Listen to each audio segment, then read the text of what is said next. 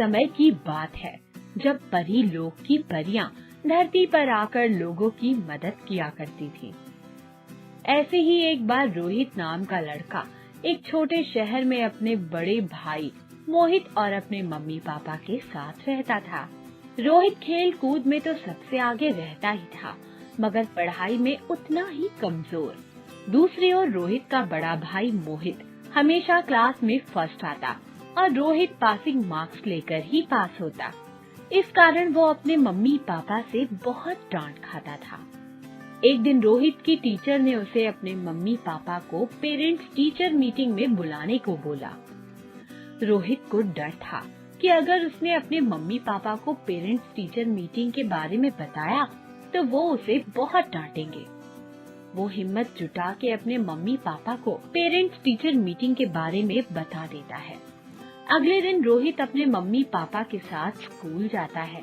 रोहित की टीचर उसके mummy papa से बहुत शिकायत करते हैं। घर आते ही उसके पापा भी उसे बहुत डांट लगाते हैं।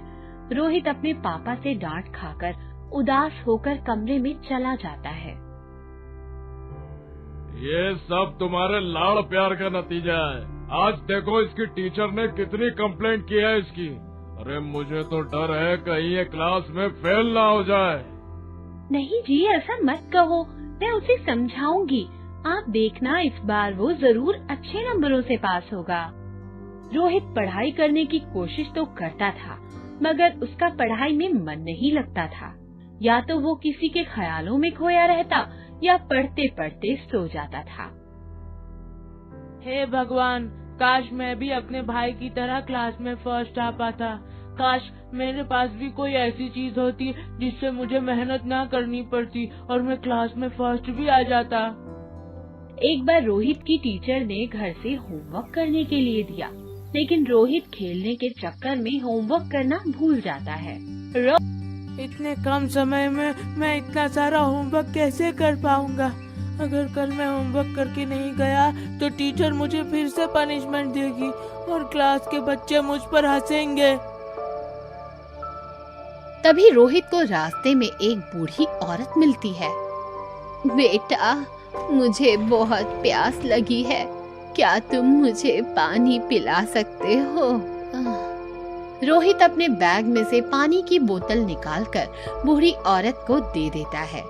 बूढ़ी औरत पानी पीकर खुश हो जाती है। बूढ़ी औरत और कोई नहीं, वो एक परी थी। वो रोहित की परीक्षा ले रही थी। तभी वो अपने असली रूप में आ जाती है। रोहित परी को देखकर चौंक जाता है।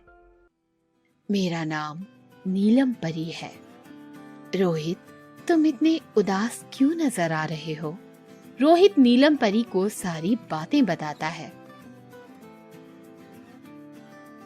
तो रोहित, इसमें चिंता करने की क्या बात है? मैं सब ठीक कर दूंगी। तभी परी के हाथ में अचानक से एक बोर्ड आ जाता है। लो रोहित, ये बोर्ड लो। ये एक जादुई बोर्ड है। अगर तुम इस पर कुछ भी लिखोगे तो वो सच हो जाएगा। मगर ध्यान रहे, अगर तुम इसके अलावा किसी और के लिए इसमें कुछ लिखोगे तो वो चीज पूरी तो हो जाएगी, मगर ये जादुई बोर्ड उसी वक्त गायब हो जाएगा। ये कहते ही नीलम परी गायब हो जाती है और रोहित भी अपने घर चला जाता है। एक बार मैं इस जादुई बोर्ड को इस्तेमाल करके देखता हूँ, क्या पता ये काम भी करता है या नहीं। जैसे ही रोहित उस जादुई बोर्ड पर अपने होमवर्क पूरा होने के बारे में लिखता है, तभी तुरंत उसका होमवर्क अपने आप ही पूरा हो जाता है। ये देखकर वो बहुत खुश हो जाता है और ये बात वो किसी को भी नहीं बताता। अगले दिन जब रोहित की टीचर उसे होमवर्क दिखाने के लिए बुलाती है तो रोहित अपना होमवर्क उन्हें दिखा देता है। टीचर भी रोहित से खुश हो जाती है। ऐसे ही एक दिन स्कूल में टेस्ट होता है। तभी रोहित जादुई बोर्ड की मदद से टेस्ट में पूरे मार्क्स ले आता है। रोहित की स्कूल की टीचर्स भी उसमें इतना बदलाव देखकर चौंक जाती हैं।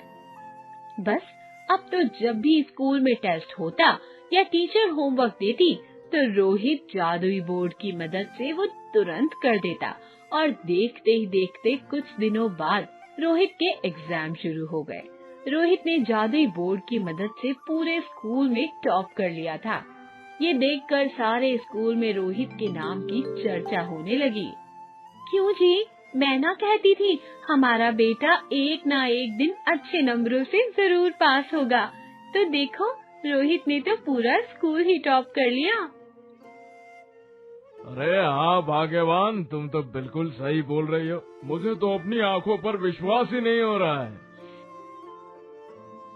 रोहित सबके मुंह से इतनी तारीफ सुनकर फूला नहीं समा रहा था।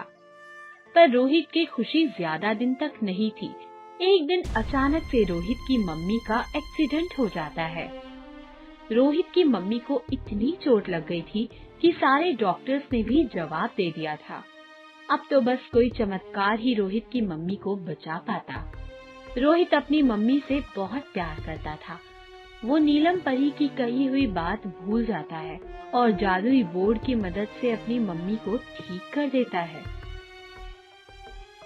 कुछ देर बाद ही जादुई बोर्ड गायब हो जाता है। अरे ये क्या, जादुई बोर्ड अपने आप गायब कैसे हो गया? अब मैं क्लास में फर्स्ट कैसे आऊंगा और बाकी के काम कैसे कर पाऊंगा? तभी उसके सामने नीलम परी प्रकट हो जाती है। रोहित, मैंने तुम्हें पहले ही कहा था, अगर तुमने अपने अलावा किसी और के लिए जादुई बोर्ड पर कुछ लिखा तो ये जादुई बोर्ड अपने आप गायब हो जाएगा। लेकिन रोहित, तुम जादुई बोर्ड पर ज्यादा ही निर्भर हो गए थे। अगर तुम खुद की मेहनत और लगन से पढ़ाई करोगे तो तुम्हारे भी अच्छे मार्क्स आने लगेंगे। रोहित को भी अब समझ आ गया था कि वो जादुई बोर्ड पर ज्यादा ही निर्भर हो गया था। उसे अपनी गलती का एहसास हो गया।